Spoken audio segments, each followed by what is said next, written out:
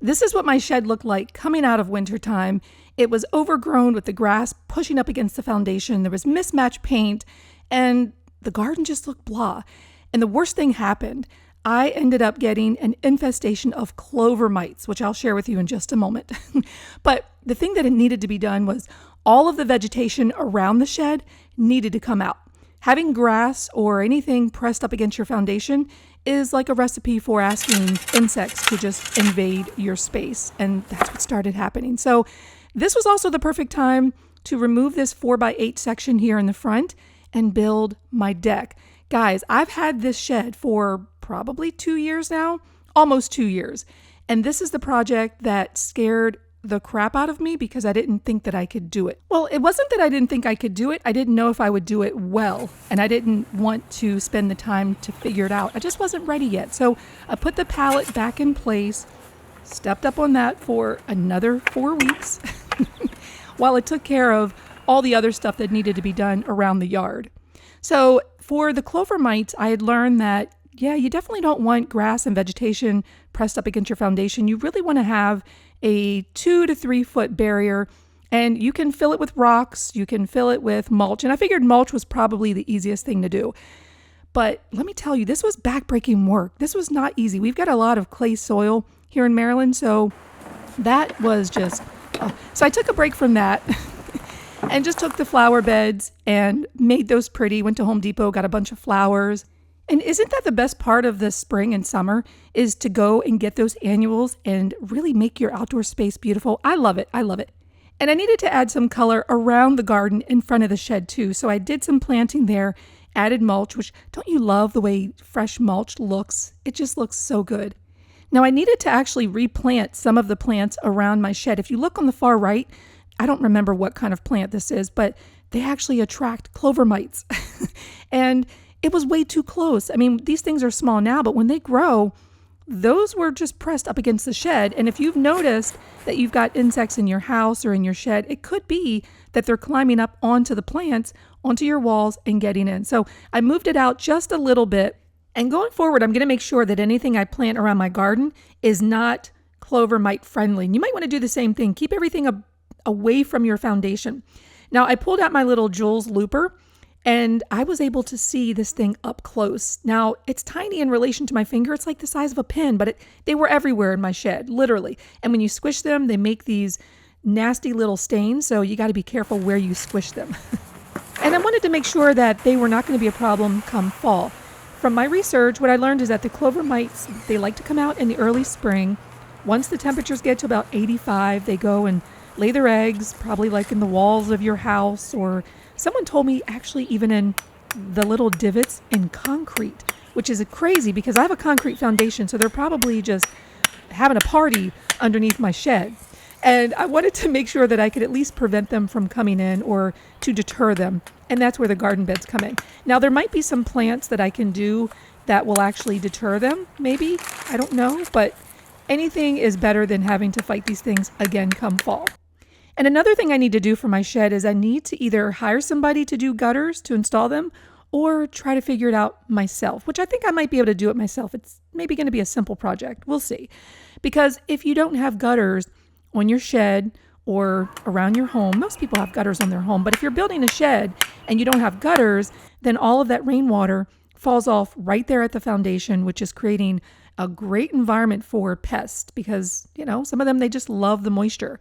And that's going to draw them in too, different bugs. You'll see that I do have one little plant there, and I may decide to get some ferns. Ferns tend to do really well in shady areas. I get a little sun on the side of the shed, but in the back, I never get any sun directly up against where the shed is. So something that doesn't need a lot of sunlight to thrive, but could still do well, it might be an option. So the next part of this was I needed to spray a pesticide. I don't like using pesticides, but I needed to use one in order to help mitigate this problem. So I used Talstar P. It's something that you could order online. You can't go to Home Depot or Lowe's to get it. You got to order it online. It's best to use it with a hose and sprayer like this because you can adjust the dial. And as you are spraying with your hose, it'll suck up the right amount of pesticide and give you the right application. So you want to make sure that you're doing it right, following the directions. So I did all around the windows and doors. I did my shrubs, and I did up probably about 4 to 6 feet on the walls. And then I decided, well, maybe I should just do the entire yard. Maybe I should just treat the entire yard. I don't like using pesticides, but when you're dealing with a huge infestation like I was, it just, I don't know, sometimes you just have to go outside of what you normally would like to do and do the thing that has to get done. And that's what I did. So I sprayed my shed down. This has to get done probably about every 3 months. And it's not going to take one treatment. You just have to be on top of it every 3 months. I added my flower boxes. I cleaned the windows. This was the perfect time. The weather was just really starting to get nice. It wasn't too hot, but the flowers were looking fabulous. And I was getting excited because I was almost done with this project. I still had things I needed to do on the interior. Now, when I did the vinyl flooring some time ago, I never did the quarter round at the door. That's really important because it helps to finish off the door so you don't see that raw edge right along the doors. But also this was important because I had bugs coming in. There were so many bugs coming in the doors. So I took some diatomaceous earth. This is food grade. This is also a really good way of controlling pests in your home, putting this around your doors and windows. And you can do this one of two ways. The quarter round I cut to length, and then you can either paint it and install it or install it and paint it. I personally think that painting it first, if necessary, or just using one that's like a PVC is great. And I did use a nailer with 2-inch brad nails, and the paint will start to seep underneath. So it's best to do all of that first. I don't know why I didn't paint it first. Sometimes, we just make stupid mistakes when we do projects, right? All right, so I finished up this door, and then I did the other door, and I also sealed around the door. That's another thing that I hadn't done when I had installed the molding around the door. I had not sealed that off. So all of that was done. Next, it was time to caulk around the baseboards. Now, here's a tip. Before you install baseboards, put diatomaceous earth behind your baseboards. I forgot to do that when I did the flooring, and I wish that I had done that. So it was a little difficult to try to get it under there now because there was just such a small gap. So definitely do the food grade diatomaceous earth behind your baseboards, and then you can still seal them off with caulking. That'll prevent things like ants and other pests from getting into your house or getting into your shed. It won't completely prevent insects, but I mean, come on, this is like low-hanging fruit.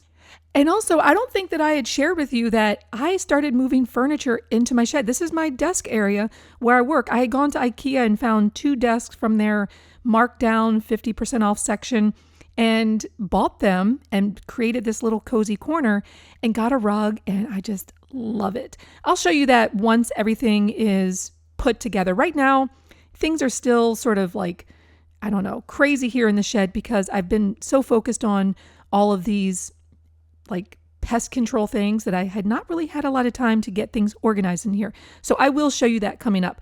But here's another tip too. When you're caulking, make sure that you're using just a little bit of caulking. Cut that tip very, very small so that you use less material and it's easier to clean up and you don't have to waste a lot of your product. Now, this is what the shed looked like before. I'm not totally done because you have to come back for the next video and I'm going to show you how I built this deck. Believe me, it's been taking me probably 2 months off and on to do this. I wanted to make sure that it was solid, it was strong, and guess what? I achieved it. So in the next video, I'm going to walk you through how I actually built this, but you can see in this video, I'm ecstatic. This thing isn't going anywhere. It is solid. So come back next video and I will be sure to show you how I built this from start to finish. All right, I'll see you next video.